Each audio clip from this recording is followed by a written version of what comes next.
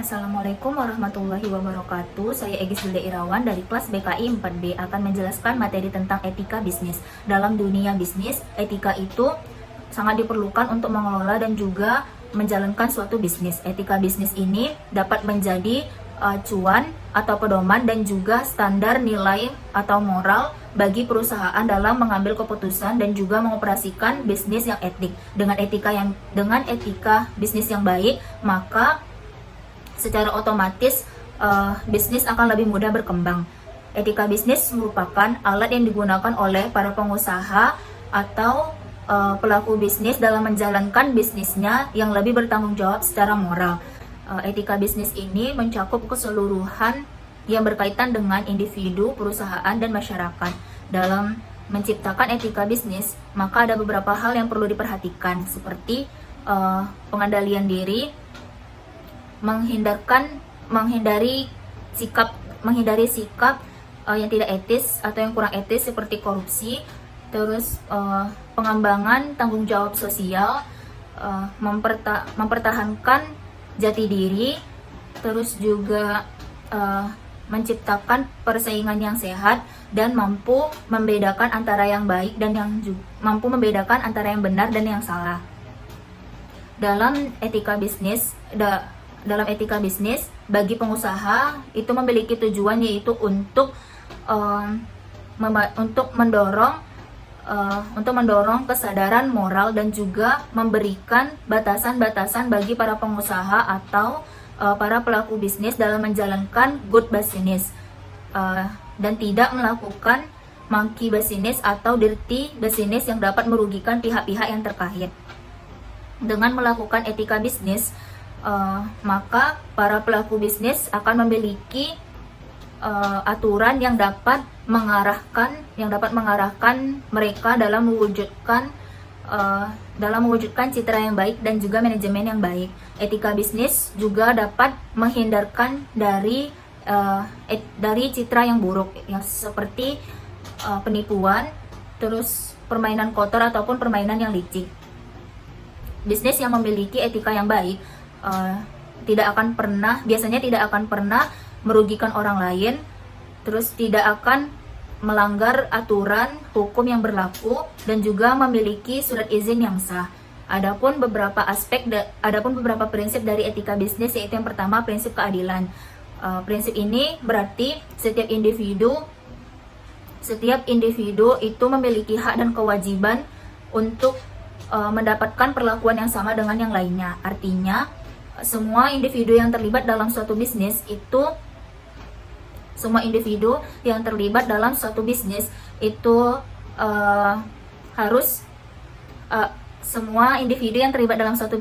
berhak memberikan kontribusi baik secara langsung maupun tidak langsung. Individu yang terlibat dalam suatu bisnis ini harus memiliki kemampuan dan juga peran dalam memajukan suatu usaha. Yang kedua, ada prinsip otonomi. Prinsip ini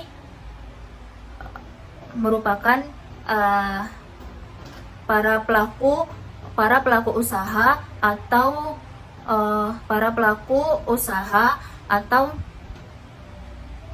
pengusaha harus bisa mengambil keputusan dengan tepat, adil, dan bertanggung jawab terhadap keputusannya.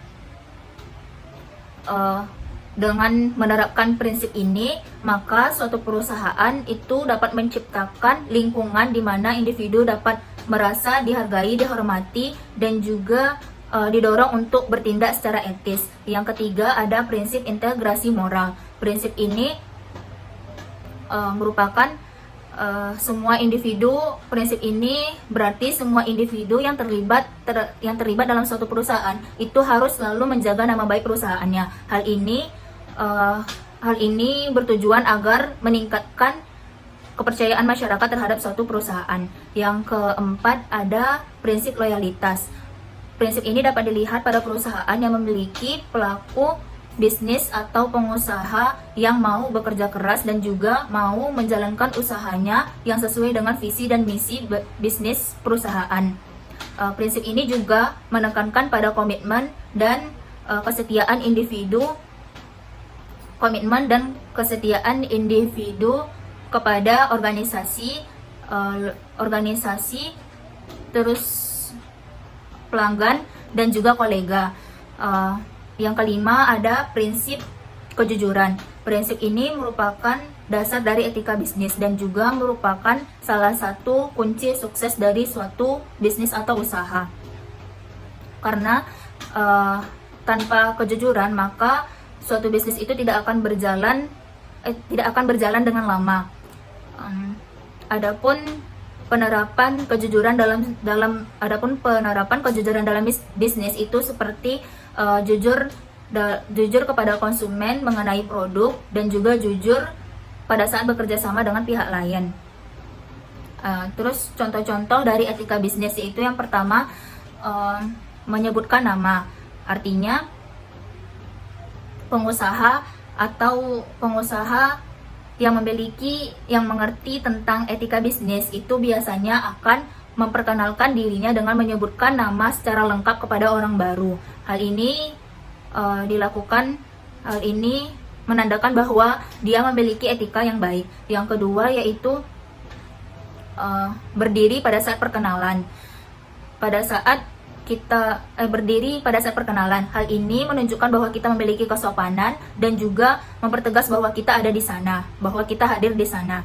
Terus dengan melakukan yaitu berdiri pada saat memperkenalkan diri itu dapat membuat rekan kerja kita memandang bahwa kita itu memiliki nilai dan citra yang baik. Namun jika dalam kondisi yang tidak memungkinkan, maka kita bisa melakukannya dengan menunduk sedikit menunduk. Terus yang ketiga yaitu mengucapkan terima kasih. Pada saat kita menghadiri acara bisnis, maka kita dapat memberikan ucapan terima kasih seperti terima kasih sudah datang. Namun ucapan terima kasih ini tidak boleh diucapkan secara berlebihan karena dapat membuat pandangan rekan kerja kita bahwa kita sangat membutuhkan mereka. Terus selain itu setelah pertemuan kita bisa mengirimkan pesan dan juga mengucapkan terima kasih kepada rekan bisnis kita melalui email. Yang keempat yaitu bayar tagihan ketika mengundang.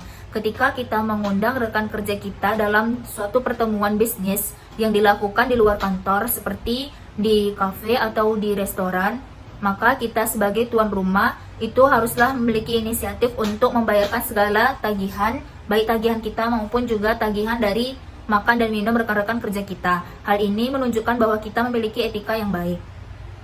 Dengan etika yang baik, maka suatu perusahaan itu akan memiliki daya saing yang tinggi dan juga memiliki kemampuan untuk menciptakan nilai. Baiklah, selanjutnya saya akan menjelaskan materi tentang bentuk usaha dan syarat pendiriannya. Yang pertama saya akan menjelaskan materi dulu tentang pengertian badan usaha. Badan usaha merupakan satu kesatuan organisasi yang melakukan proses produksi untuk memenuhi kebutuhan manusia dengan tujuan untuk mencari keuntungan atau laba. Badan usaha juga dapat diartikan sebagai kesatuan yuridis atau hukum yang menggunakan modal dan tenaga kerja untuk mencari keuntungan. Badan usaha dan perusahaan itu merupakan dua hal yang berbeda tetapi saling berkaitan. Karena badan usaha ini adalah lembaga yang memiliki identitas yang bertujuan untuk mencari keuntungan. Sedangkan perusahaan merupakan tempat di mana badan usaha mengelola faktor-faktor produksi untuk mencapai tujuannya. Bentuk badan usaha itu ada dua, yaitu state capital dan juga private capital. State capital ini merupakan sebagian besar atau keseluruhan kepemilikan modal usahanya itu dikuasai oleh negara. Sedangkan private capital merupakan sebagian besar atau keseluruhan kepemilikan itu dimiliki oleh swasta. State capital ini juga terbagi menjadi dua kelompok, yaitu Yang pertama ada BUMN dan yang kedua BUMD. BUMN ini merupakan sebagian besar atau keseluruhan modal usahanya dikuasai oleh pemerintah pusat. Sedangkan BUMD itu sebagian besar atau keseluruhan modal usahanya itu dikuasai oleh pemerintah daerah provinsi. Adapun contoh BUMN itu seperti PT Telkom Indonesia dan PT Pertamina. Sedangkan contoh dari BUMD itu bisa seperti PT MRT Jakarta. Bentuk-bentuk dari badan usaha ada 5. Yang pertama yaitu perseorangan, yang kedua firma, yang ketiga CV, keempat PT, dan juga yang kelima BUMN atau BUMD. Perseorangan merupakan usaha yang dimiliki, dikelola, dan juga dimodali secara langsung oleh pribadi, di mana tanggung jawab dan juga resiko itu semuanya ditanggung oleh pribadi yang menyelenggarakan usaha tersebut. Terus yang kedua ada firma. Firma merupakan usaha yang dimiliki dan dijalankan minimal oleh dua orang yang disebut dengan firman. Para anggota firman ini memiliki tanggung jawab penuh terhadap hutang-hutang dan juga kewajiban dari perusahaan. Jika harta yang dimiliki perusahaan ini tidak cukup untuk menutupi hutang-hutang perusahaan, maka masing-masing harta dari para anggota itu dapat digunakan untuk melunasinya. Yang ketiga ada CV. CV merupakan usaha yang dilakukan oleh minimal 2 orang yang terdiri dari sektor aktif dan yang terdiri dari anggota aktif dan juga anggota pasif. Anggota aktif merupakan anggota kepemimpinan atau anggota yang menjalankan perusahaan secara penuh dan bertanggung jawab secara penuh itu terhadap perusahaan, baik tanggung jawab terhadap hutang-hutang perusahaan. Sedangkan sektor pasif ini merupakan anggota yang hanya memberikan modal kepada anggota aktif dan tidak memiliki wewenang untuk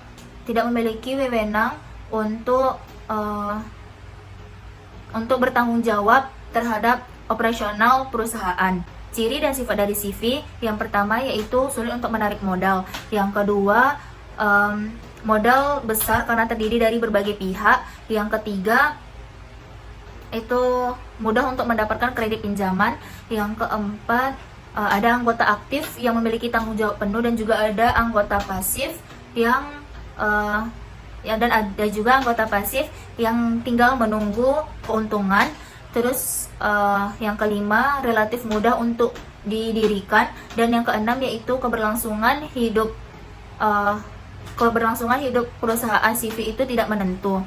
Mekanisme pendirian CV. Adapun hal yang diperlukan untuk mendirikan CV, yang pertama yaitu akta pendirian CV yang dibuat dan ditandatangani oleh notaris. Yang kedua yaitu surat keterangan domisili perusahaan. Mekanisme pendirian dari CV. Adapun hal yang dilakukan untuk mendirikan CV, yang pertama yaitu akta pendirian CV yang dibuat dan ditandatangani oleh notaris. Yang kedua yaitu surat keterangan domisili perusahaan. Surat ini dapat diajukan ke kelurahan setempat sebagai bukti keterangan alamat perusahaan. Yang ketiga yaitu membuat nomor pokok wajib pajak atau NPWP yang diajukan ke kantor pelayanan pajak yang sesuai dengan domisili setempat. Setelah mendapatkan kartu NPWP, nanti juga akan mendapatkan keterangan terdaftar sebagai wajib pajak. Yang keempat yaitu mendaftar ke pengadilan negeri setempat yang sesuai dengan domisili perusahaan. Yang kelima yaitu mengurus surat izin usaha perdagangan atau SIUP yang diajukan ke Dinas Perdagangan kota atau kabupaten jika golongan SIUP-nya itu menengah atau kecil. Tetapi jika golongan SIUP-nya itu besar, maka dapat diajukan ke Dinas Perdagangan provinsi. Yang keenam yaitu tanda pendaftaran. Yang keenam yaitu tanda daftar perusahaan atau TDP. Tanda daftar perusahaan ini dapat dilakukan ke Disperindak atau Dinas Perindustrian dan Perdagangan kota atau kabupaten yang sesuai dengan domisili setempat. Lama proses yang keenam yaitu tanda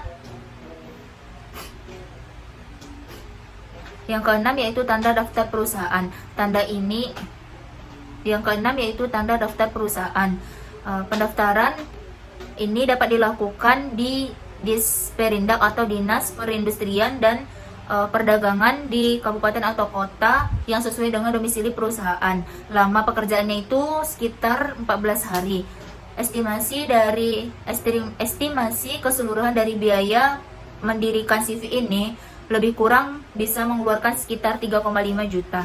Baiklah, selanjutnya yang keempat saya akan menjelaskan tentang PT atau perseroan terbatas. PT merupakan badan usaha yang didirikan dengan berasaskan pada hukum dan juga berdasarkan pada perjanjian kegiatan usaha dengan modal besar yang dibagikan dalam bentuk saham.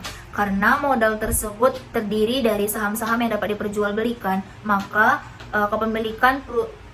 kepemilikan perusahaan ini dapat berubah tanpa membubarkan perusahaan tersebut. Dalam perusahaan PT itu yang menjadi pemimpin tidak harus orang yang menjadi pemilik saham atau pemilik modal, tetapi bisa menunjuk orang lain di luar dari kepemilikan modal. Terus keuntungan, apabila perusahaan PT ini mendapatkan keuntungan, maka dapat dibagi-bagikan sesuai dengan ketentuan yang telah ditetapkan. Bagi pemilik modal keuntungan akan dibagikan dalam bentuk dividen yang besarnya sesuai dengan besar kecilnya keuntungan dari perseroan terbatas atau PT tersebut.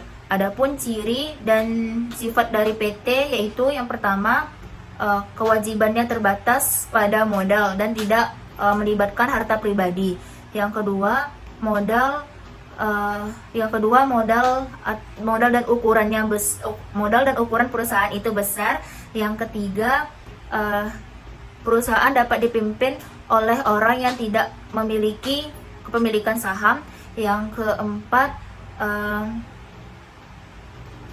keberlangsungan hidup perusahaan PT itu berada di tangan pemilik saham. Yang kelima, kepemilikan perusahaan itu dapat berpindah tangan, dapat dengan mudah berpindah tangan.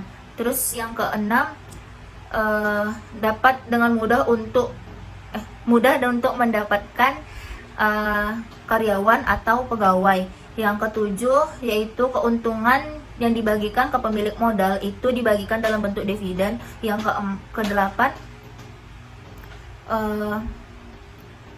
kedelapan, kekuatan dari dewan direksi itu lebih besar daripada kekuatan pemilik modal, pemilik saham. Dan yang kesembilan, perusahaan PT ini sulit untuk dibubarkan. Mekanisme pendirian PT. Untuk mendirikan PT maka diperlukan akta resmi, yaitu akta yang dibuat oleh notaris yang dimana dicantumkan nama lain dari perseroan terbatas, bidang usaha, modal, terus alamat perusahaan dan lainnya. Akta ini juga harus disahkan oleh Kemenhum dan juga HAM. Izin pendirian dari PT yaitu yang pertama, PT tidak boleh bertentangan dengan ketertiban umum dan juga keasusilaan. Yang kedua, akta pendirian itu harus memenuhi syarat undang-undang. Yang ketiga, modal yang harus dikeluarkan dan juga disetor itu minimalnya 25% yang sesuai dengan Undang-Undang Nomor 1 tahun 1995 dan juga Undang-Undang Nomor 44 tahun 2007 yang mengenai tentang perseroan terbatas. Yang kelima, BUMN. BUMN berasal dari kontribusi dalam perekonomian Indonesia yang berperan menghasilkan berbagai barang dan jasa yang berguna untuk mewujudkan kesejahteraan rakyat. BUMN ini ada dalam berbagai sektor seperti pertanian, perkebunan, kehutanan, keuangan, listrik, telekomunikasi, transportasi, dan lainnya. Fungsi dari BUMN atau Badan Usaha Milik Negara ini yaitu yang pertama sebagai penyedia barang ekonomis dan jasa yang tidak disediakan oleh swasta. Yang kedua, merupakan alat pemerintah dalam menata kebijakan perekonomian. Yang ketiga, menyediakan pelayanan kebutuhan masyarakat. Yang keempat yaitu membuka lapangan pekerjaan, dan yang kelima yaitu menjadi penghasil devisa negara. Baiklah, selanjutnya saya akan menjelaskan materi tentang waralaba. Saat ini sudah banyak sekali waralaba yang terdapat di Indonesia dalam berbagai macam jenis usaha yang ditawarkan, seperti waralaba minimarket, rumah makan, kafe, pendidikan, salon kecantikan, dan lainnya.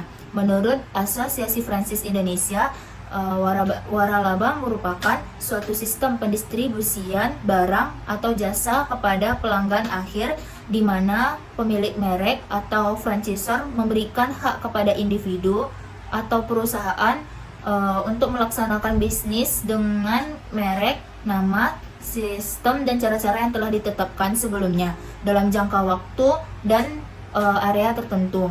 Karena waralaba ini merupakan salah satu aset aktif yang berbentuk bisnis, maka ini termasuk dalam tahap kedua proses perencanaan keuangan seseorang.